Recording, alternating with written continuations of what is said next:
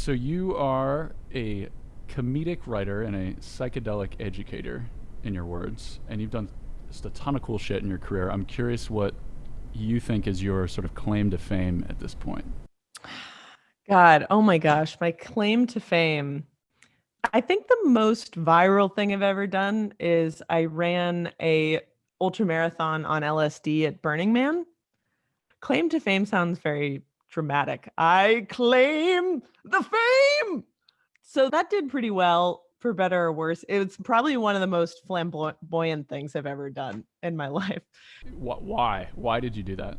Yeah, there's a lot of backstory. It wasn't like I just woke up one day and was like, I'm going to do this insane thing. Um, oh God, where to even begin?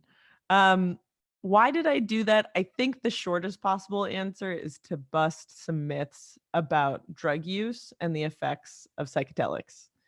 That's the tweetable answer. The greater context is a bit of a story. I don't know if you want to jump right into it or. Right in there. Let's go. Okay.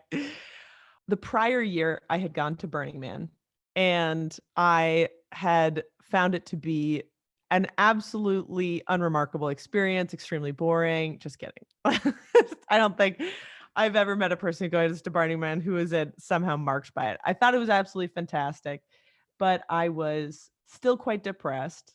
And the very reason that had brought me to Burning Man. And so I had sought out MDMA because I had read that was useful for working on depression. And a man claiming to be a Russian shaman, don't believe Russian shamans, red flag number one, sold me what he claimed was MDMA, which turned out to be a bunch of fentanyl and PCP. And I was paralyzed for a better part of 10 hours, was taken to the hospital, and was luckily discharged without a scratch.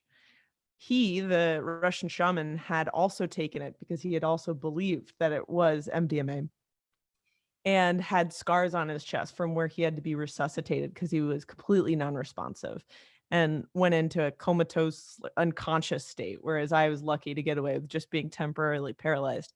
So I came away very lucky and with my life intact. And I decided I would come back next year. And after a year, I would be a professional or semi-professional drug educator. And I would do everything in my power to make sure that this mistake was never made again if it could be avoided.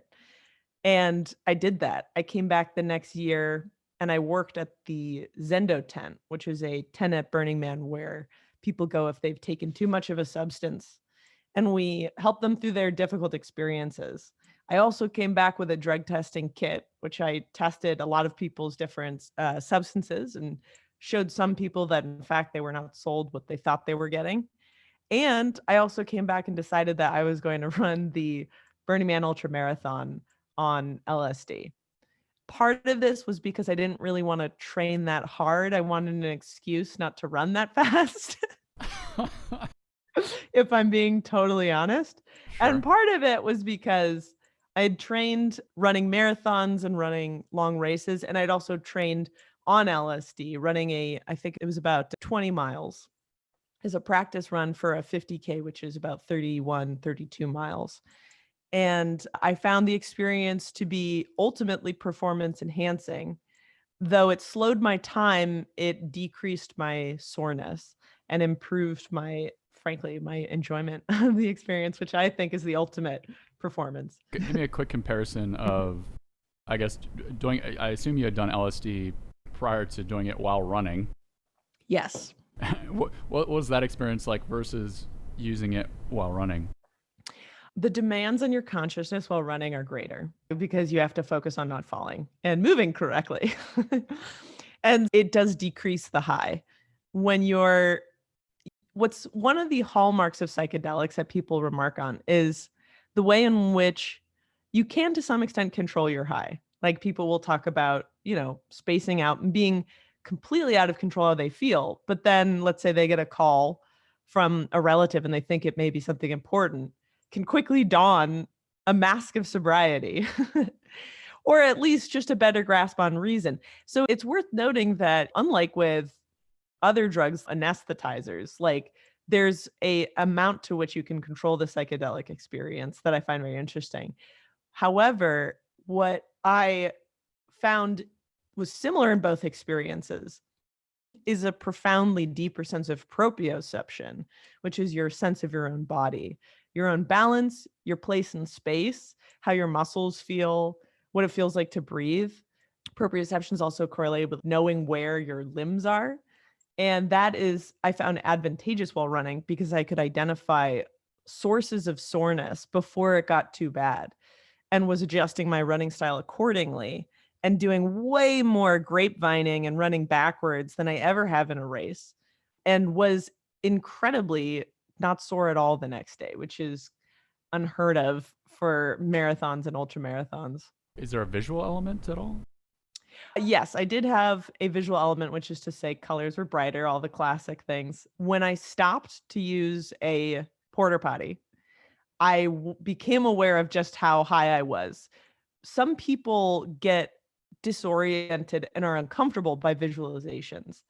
And I strongly encourage people to think of hallucinations and visualizations as an extremely helpful indicator of how high you are and where you are in the experience. Because unlike with other drugs like alcohol, there's no little barometric pressure thing on the corner of your eyes, like to tell you how high you are in the experience. But with psychedelics, there is. How intense are your visualizations? And so I find them to be very helpful and comforting. And are you losing any sense of time? Like, actually, how long did the 50K take you? Time is an interesting construct. It took me somewhere in the vicinity of 6 hours, which is pretty slow for me. That's about, I think it's an 11-minute mile or something like their 12-minute mile, maybe. I haven't done the math recently. It's not a walk, it's definitely a jog, but there were some walking breaks towards the end. And what was your original question? Oh yeah, time. What a I talked for so long, I've lost sense of time. Yes, there definitely was temporal perception changes. I felt like I'd been running forever, but also like I wanted to keep running forever. Especially towards the end, I was asking my compatriots in running whether they wished the end of a race would last longer. And it was kind of interesting because I got cool responses from them. A lot of people do experience a type of sorrow, a counterintuitive sorrow when a race is ending, because it was this thing you'd built up for so long, and now it's finally ending, even though you're very, very tired, you want to stop running. And so what we came down to was we wish the hours were longer, but the miles were shorter. Was there elements of being in a flow state while you're running? Is that Absolutely. a component? Absolutely. I don't know if there have been good studies about LSD and the flow state, but I would wager that the experience of taking LSD decreases cerebral blood flow to your prefrontal cortex, which is the front part of your brain that is most associated with responsibility and ego and identity and timing, also very correlated with time. And I would guess, though I don't have any studies on me, that LSD fucks with that because I do think that time is correlated with identity. So the sense of ego dissolution can be strongly correlated with temporal misperceptions of how much time is actually passing. And perhaps this is due to the continuity of self from moment to moment being an illusion. And that's where identity comes from. So it's an interesting connection, time and a sense of self. So you mentioned the first Burning Man you went to. That was the year prior.